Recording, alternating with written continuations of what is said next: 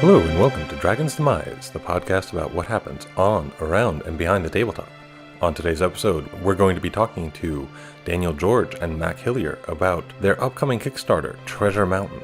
But first, over the last week or so, we've been publishing some videos from our International Tabletop Day at Labyrinth Game Shop, as well as the draft that we did of the Unstable set with our friend Sam of Googly Eyes on Magic Cards. You should definitely check those out as well. But let's go ahead and jump into our main feature.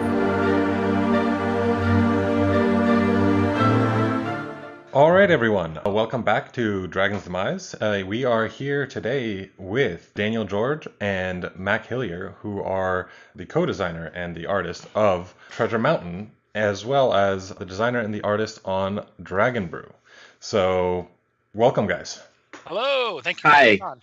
Thank you. Yeah, Daniel, thank you so much for being back. I know we talked to you in the past about Dragon Brew. Mac, this is the first time you've been on the show, but you guys worked together before. You guys worked together on that game, and so this is sort of just a continuing of that creative relationship. Yeah, absolutely. It's been a wonderful relationship. Dan sort of found me while he was searching for demo art when he was still testing Dragon Brew and sent me an email, and kind of the rest just snowballed out of there, and it's been wonderful. He asked me if I'd be interested and if I had some free time, and I was, yeah, sure. So he hired me, and then basically kind of just let me off the chain, which was incredible as an illustrator who was doing his first really big contract. So, yeah, it was fantastic. And, and I'd like to say, Mac, and you've done an awesome job. You've met all your deadlines, and I pay you on time. That's important too. Pay your artists on time. It's a working relationship for sure. Yes. Yeah, and that's a good compliment, Mac, about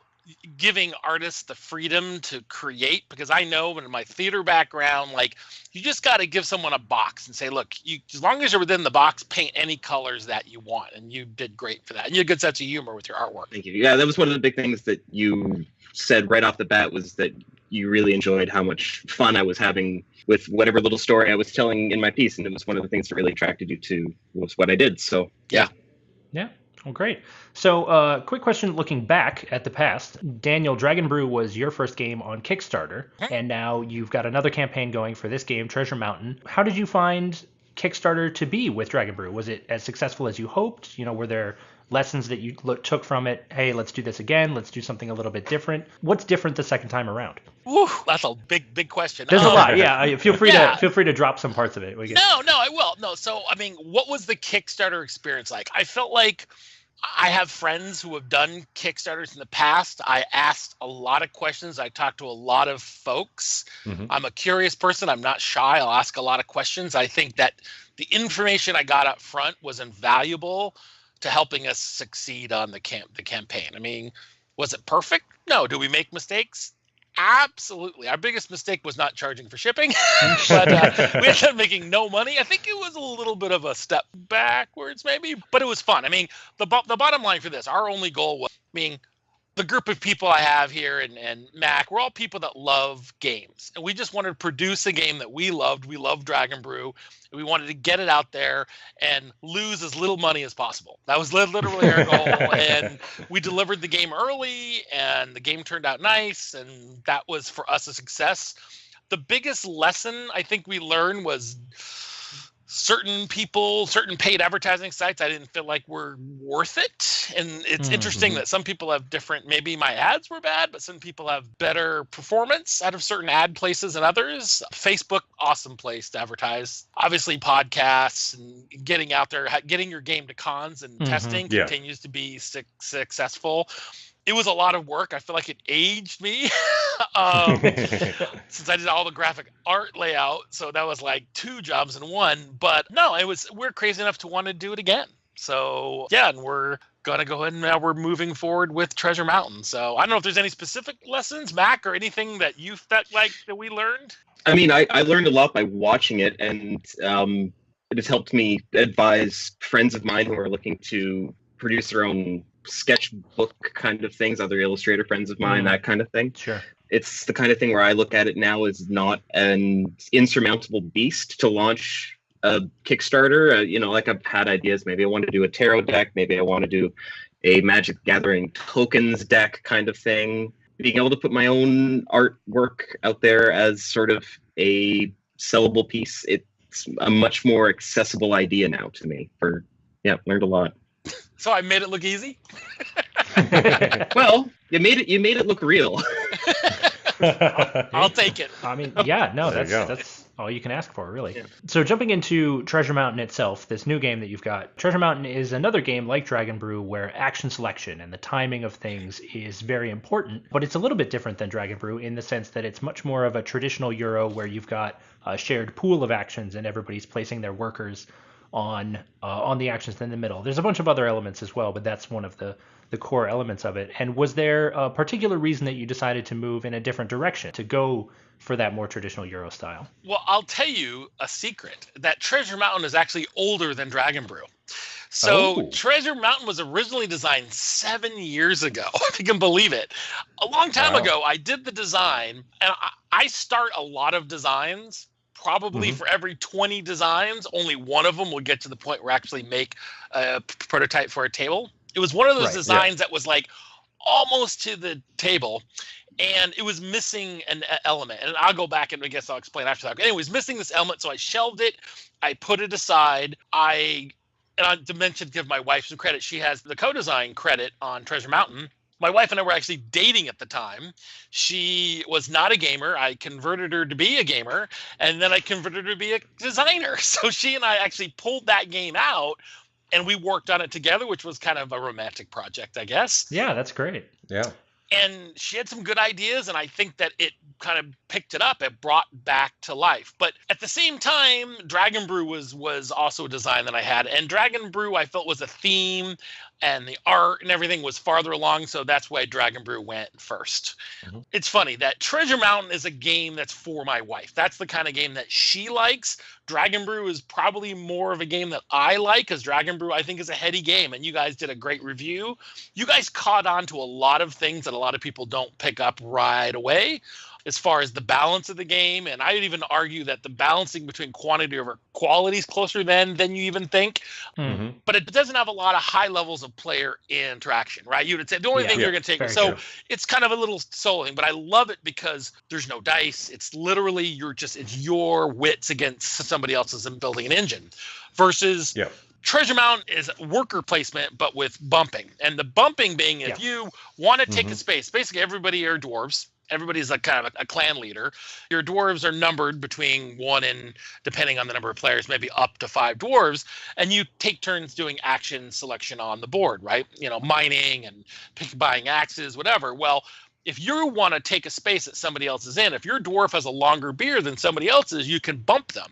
And when you bump them, you take the action and they go back to the dwarf beds. But then the dwarf that get bumped gets to take another action. You're giving your opponent a free action. So it's a really high level of player interaction in that sense, that you pay a lot more attention to what everybody's doing. It's kind of a little bit lighter, I feel, and it's probably more like the game that she likes, because you don't have to think 5 turns ahead like you have to do with Dragon Brew. I mean, sometimes with Dragon Brew, I know what I'm going to do my entire year already. Like, I have it all planned out. Treasure Mountain's a little harder, a little bit more chaos. So the things I have that are similar to both designs is that I do a mathematical model with every one of my games. I build like a little Excel thing, and the math is balanced, and I pick a common denominator like for everything. I say, look, like gold is the thing. When I did Dragon Brew, gold was the common measure, and I equated what is a worker worth, what is this worth, what is an action worth, what is an ingredient worth. And once you get that balanced out, and it's not 100% accurate, it's go. Dragon Brew is that way. Treasure Mountain is much the same way, is that it's mathed out, is that your gain per action. Some things, some values change with 2 players versus four players, but that's what's similar about the designs. I know that was a really long answer to a very quick. It was a really long question. So, there you go. Want to take the next one? Why don't you describe Treasure Mountain a bit about, just give us the quick pitch about Treasure Mountain, what it is, how it plays, the ideas behind it, things like that. Yeah, I mean, so Treasure Mountain is a dwarf themed game. So there's a mountain that's all full of tons of gems, right? And everybody is a dwarf clan. And the king says, look, you guys are the different dwarf clans. Get as much gems as you can. Whoever has the most wealth at the end of the game then I'm going to make you the winner, right? The problem is the mountain is also full of dragons. So that's the problem. So that's the theme, right? It's very dwarf-like. Like basically the bits in the game are axes, gold, gems, and beer. That's it. That's all you got. That's about as dwarfy as you can get. It's a pretty dwarven selection, yeah. Yeah. So the mechanics of the game, as I mentioned earlier, is worker placement with that bumping mechanic. But there's kind of a tiling aspect where you're going to lay out your mine and you're going to kind of group tiles together to be more efficient mining. You get to add special mine tiles to give you special abilities. At the same time, there's a kind of a market to convert gems into gold and ways to convert gold into axes. There's all this kind of conversions. There's also this kind of achievement section where you can appease the king by doing certain things. If you hold on to your gems before you sell them, if you have a certain number of gems, for example, he might have a 9 sapphire. So the player who has got 9 sapphire who claims that spot gets to take that award and get the points. That's what the game used to be 5+ years ago when my wife and I worked on it together. The thing that she added, the thing that we added together that fixed it was the dragons. So there are 4 beautiful spaces on the board. I think that the most valuable spaces on the entire board are great. Problem is that every time you do them, you roll a die. There's a chance that the dragon aggression track moves up. And I have to be honest with you, it came after she and I played Kingsburg. Because Kingsburg, if you guys are playing, we played it, we're like, this is what Treasure Mountain needs. And so we went ahead and kind of thought, okay, well, what would that be? And I had orcs, and she came up with the idea for dragons. So as long as you do those spaces, there's a chance you anger the dragons. When the dragon gets to the top of the track, the dragon attacks everybody. So it's like there's kind of a luck aspect with dice, but you can mitigate that luck by going to the dwarf temple, buying axes, etc. I know it's kind of a long elevator pitch. Yeah, but I think it describes the game pretty well based on what we've played. So I really like the dragon and the dwarf theme, all that put together, and the actions and everything. The dragon actions definitely are very powerful. Oh yeah, you're straight getting stuff. You don't have to trade anything. That's you're right. Just like, boom, all right, this is mine. This is what I need. I got it. As you were talking about earlier a little bit, balance. You said Dragon Brew was gold balance. What is the balancing like in this game? I'm trying to remember. It was so long ago. I think I used a point system. Yeah, I mean, because what did I use? Yeah, it was like I just created a generic point system about that, and and I wish even the model, I don't even have it in front of me. It's so old. It was 5 years ago. Last time I looked at the model, but it was like, what is an action worth? What is a gold worth? What is a gem worth? What is an axe? What is a reroll worth? Now, again, sometimes you have to tweak it because you can mathematically build a game and realize that player and game behavior is going to change that. That happened with Dragon Brew quite a bit. There's some things in Dragon Brew that don't look right mathematically, but based on behaviors and testing, it worked out that way. I just had to make small adjustments because gamers are really good at figuring out how to game a game. Really good. And I have some phenomenal play testers. I've had the same group of play testers for years. People way smarter than me, and they're just fantastic at breaking games. So I have to thank them for that. And can I mention one thing also about these games? One thing I want to say is that, I feel like I'm a mechanical designer with a little kind of a theme shell. But to give Mac a lot of credit here is that I felt like that I trusted Mac and his humor to hand it off to Mac and go, look, this is a game about brewing beer. And I think the only thing I sold to Mac was that every single image I need a gnome being used. That was that's all I said, right? Yeah, that was actually when I first got the contract. That was really intimidating because I would send you art and I wouldn't get any notes back. It was just like, that's great, we'll put it in. And I'm just like, oh, okay, moving on. I was expecting more feedback. As the job went on, I got used to that, and I realized that that's just how Dan wants to work. And very rarely, there's 1 or 2 times you said, no, this needs a bit more detail here. I just want to see that kind of thing. Or can you put in 3 more gnomes getting abused here? Sizing was a big thing. It won't fit in the cart. Make it a little wider. That was about the number. That was the biggest part, was just making sure that the images fit on the card in an effective way. And over time, I learned I just need to overdraw everything. Sure. Yep. So this is actually a really great segue into sort of our next question, which is, Mac, so you've worked on both of these games now, Dragon Brew and Treasure Mountain, and these are games with very strong theme. Obviously, they've got a lot of flavor, they've got a lot of heart. Yep. And so as you were working on the artwork, we've talked about sort of the back and forth or lack thereof between you and Daniel. Yeah. But did you find as you went along that sort of the games themselves began to speak to you and kind of vice versa and informed your artwork? The big first foothold that I got with Dragon Brew, going all the way back, was Dan wanted to have certain things in phases. And so one of the first things that I ended up doing was the box art. And that really began to set the tone for a lot of things. I had done a few initial sketches, a few initial pieces or ideas of how certain things could look. The game began to sort of develop its own world, probably in no small part to the fact that in order to help work on this, I downloaded the entire audiobook of Lord of the Rings. Nice. There you so go.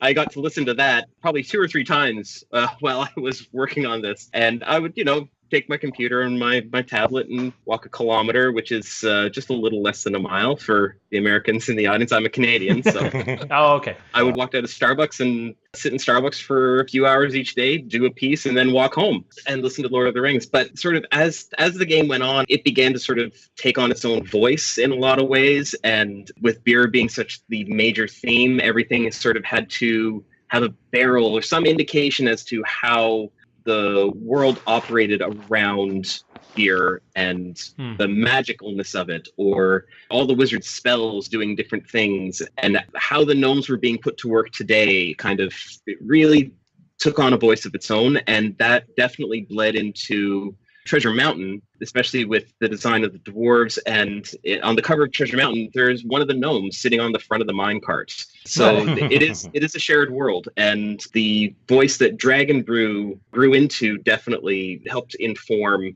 the work on Treasure Mountain. Yeah.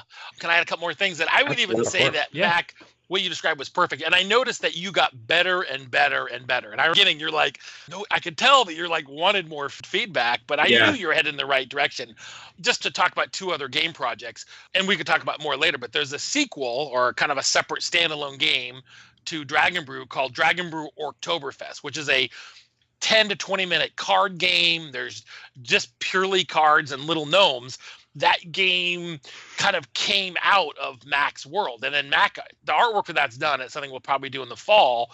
Mac, that literally, I don't think I gave you any direction for the art for that game. It built itself. Because Dragon Brew was already finished, and you just said we're focusing on orcs and goblins on this one, and I said, great, let's go, let's roll. So I already knew the world, I already knew where we were headed, and it was just a matter of sort of creating wackier and wackier characters for this new iteration, and using the influence of the original and just pushing it further and further. So and one more thing I'll say is that another game that's in development we're going to be testing is Brew Kingdom, which is a area control game in the world of Dragon Brew, where Dragon Brew is about one specific brewery, while Brew Kingdom is about multiple breweries around a whole entire area. And a key element of the game is really inspired by Mac's abuse of gnomes, where it's true, because that game is based on a mechanic system that's pretty old, but seeing the way Mac did a wonderful job abusing these gnomes, the fun part about that area control is that there's an Automa player, which is the gnome revolution. So the gnomes are revolting, right? And then so the players are competing, but you also have this common enemy you have to put in check also, as well as roaming and ravaging dragons. So you have ravaging dragons, you have gnomes trying to revolt, and trying to build a brew empire at the same time.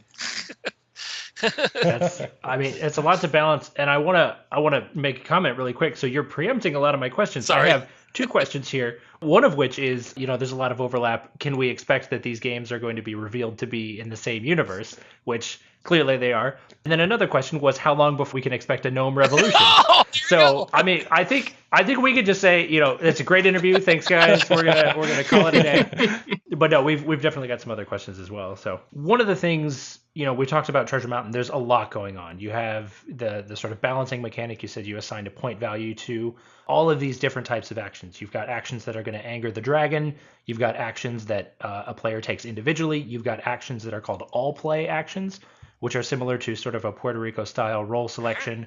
The first person gets a bonus for doing so, but then everyone gets a chance to follow that action. Putting all of these things together, not to mention the spatial component of acquiring mine tiles and building out your mine and making sure that it connects in the way you need it to. Was there ever a point in the design process where you were worried, where you said to yourself, okay, this is too much? Or did you sort of, did you kind of trust that the players were going to be able to synthesize all of this information and really enjoy the game? That's a great question. So I talk to a lot of game designers. I'm one person I'm always willing to help people. I go to a lot of produce builds. I try to talk to players. One of the things that I see a lot of early designers doing is that I think the secret of making a good game is to cull things down, right? So Treasure Mountain originally was a lot larger than it is. And honestly, having my wife be kind of a co-designer and her being new to gaming made the game better, because I saw the game through her eyes and realized I could cut this, I can trim this, and I can trim. And for a point, we trimmed down a little bit too far, and then we added some stuff back. So yeah, I mean, a lot of it was just culling stuff down, and I tell them, every time I make a game, I make it for somebody. Like Dragon Brew was for me, and Treasure Mountain was for my wife. And so when I saw that she was pleased and getting it and having a lot of fun, that I knew it was right.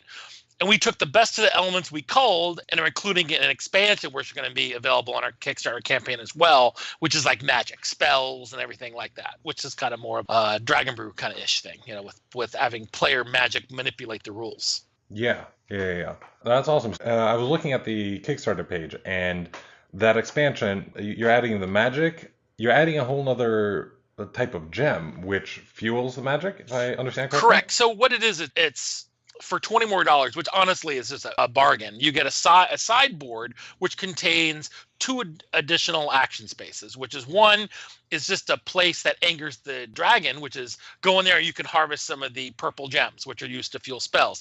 The other one being like a wizard's cave, where you can actually, as an all play, where you can learn spells. And these spells break the regular rules. Like, for example, normally in the game, as I mentioned earlier, a dwarf has to have a longer beard to bump another dwarf. Well, there's a spell that says grow beard. So you can have any size dwarf bump any size dwarf, right?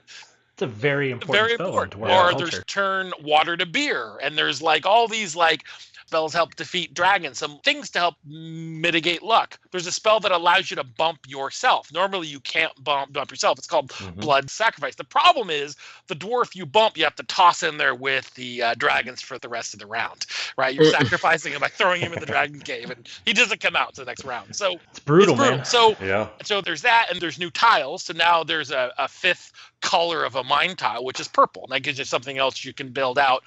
The other kind of element is, and one of our favorite is 2 automa decks. So you can play the game solo, or in my opinion, I think a great way, my wife and I love it, is to play a 2-player game with a 3rd player automa player. So I can see that, when you play the game, you play with 1 more worker than the base game, but 1 less turn. So it's about the same amount of time. It adds a level of complexity on top of the game. Maybe because we've played it so many times, it seems so we love the expansion because it's another layer on top. But with or without, it's great. I think it's a really fun expansion, especially being able to break the rules. And I'm all about, games you can start breaking those rules, make it a lot of fun. Yeah, absolutely. What's the point if you can't bend them till they break, right? Yeah, and Mac did fantastic artwork for that as well. The front cover looks like a 1982 D&D module cover. I mean, just like perfect, right? I had a lot of fun working on that cover. That was one of my like even outside of commissioned work, it's probably one of my more favorite pieces I've done to date. So. Yeah, I like the color. I love that purple color. It's just great. It looks great. It's all on the Kickstarter page. Well, there you go. Yeah. Your games so far, I mean, Dragon Brew has amazing components. And as of right now, based on what I've seen from the playtest version, Treasure Mountain's also going to have really cool components. It seems to be a bit of a focus for you guys to make sure that the game feels as good as it plays. Yeah, I design in a horrible way, which you shouldn't do, is I design user interface out, which is really dumb. It's not the way you should design games, but because I do a lot of the layout myself, I'll lay out cards as I'm designing a game before the game is done, just for that look and feel. I also love bits. God, it'd be so much better to make games with less bits. It's a lot cheaper. But I love bits. I just love cool. And there's a lot of stretch goals to see those bits to make it even nicer, like little mine cart for the turn marker and kind of better gems and better looking barrels, little things like that. I just think bits are fun. And aside from Oktoberfest, which is it doesn't have a lot of bits, it's just cards and tokens, I do like lots of bits. Here's the thing I always say is that we don't make a lot of money, so you got to have fun, right? You got to make the games that you want to play. Right. And worst comes to worst, I got 500 copies of game I want to play in my garage, right? That's the worst thing. It is a thing on Kickstarter that Kickstarter audiences tend to love bits and things, that they love stuff in the box. True. And the amount of times I've thought to myself, oh, I wish I had a meeple for this game, and I've been able to go to a different game that I own and be able to pull something out to just use as a placeholder, because either something's missing or lost, or I just needed some other token. It's helpful just having more bits. Yeah. And I think you can just look at that, you've got this entire secondary market for conversion kits. You've got people who are going to produce, specialty meeples or item meeples, I think it's, they're called, the ones that can hold items, or plastic tokens for each of these things. So, you kind of sit down and say, all right, well, why can't I do that in-house? Let's have some I don't know good if stuff. You guys saw, but I have it right in front of me. We do have Dragon Brew neoprene mats that are really cool. I didn't make them. There's a third party. I get like $1 every single one. It's like, no. But we just won them because we love those nice neoprene mats. It's got the game board and everything on it. It's really, really nice for playing Dragon Brew. But yeah, bits are awesome.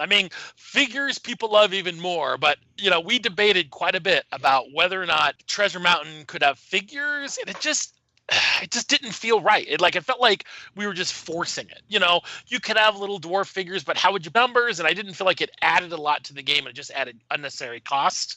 It does have custom shaped wooden meeples. Like the actual game will have little dwarfs, little horns, and everything like that. But we always felt like we don't want to change the game just to make it purely marketable. And maybe that's dumb, but it's just, we felt like it seemed too forced. No, I think that's great. I think that's perfectly respectful. That goes for second publishing. Yeah, exactly. Optimistic, Mac. I love it. A second print run. Yeah, absolutely.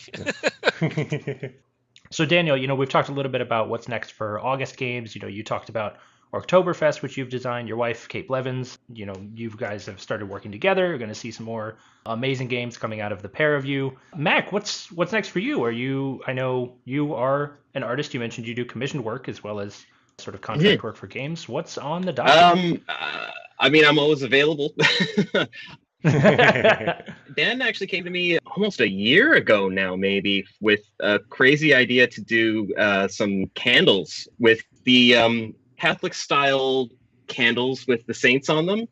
Sure, with the tall but ones. Instead doing the Lovecraftian gods. So keep an eye out for those. Those are coming up. They're called I know some people who would buy those. They're called Cathandles. Okay. So those are probably going to be coming to Kickstarter about, what did we talked about August, September-ish, so for the holiday kind of thing. Perfect. And on top of that, I'm always updating my portfolio for myself if I don't have any sort of regular work on. But I do posters and stuff for my friends that have concerts or whatever, that kind of thing. And I'm not a game designer per se, but I've always got a game idea rolling around in my head somewhere. So I've just sent Dan, early about an hour ago, I sent Dan a design document for something that I've just had rolling around in my head. So you never know, maybe one day I'll be able to have my own Kickstarter. Yeah, that's super exciting. Hey, let us know. We'd love to have you on again as a designer credit. So. Exactly. Well, thank you guys so much for being here. Daniel George of August Games, Mac Hillier, artist extraordinaire behind Treasure Mountain and Dragon Brew and a whole host of other stuff. Thank you guys. We always love having you on the show, Daniel, and Mac. I'm sure we'll be talking to you again sometime soon. Can I pimp out Treasure Mountain? Treasure Mountain comes to Kickstarter on May 2nd, 6 a.m. It'll run for the month of May. Well, there you go. The link is in the show notes.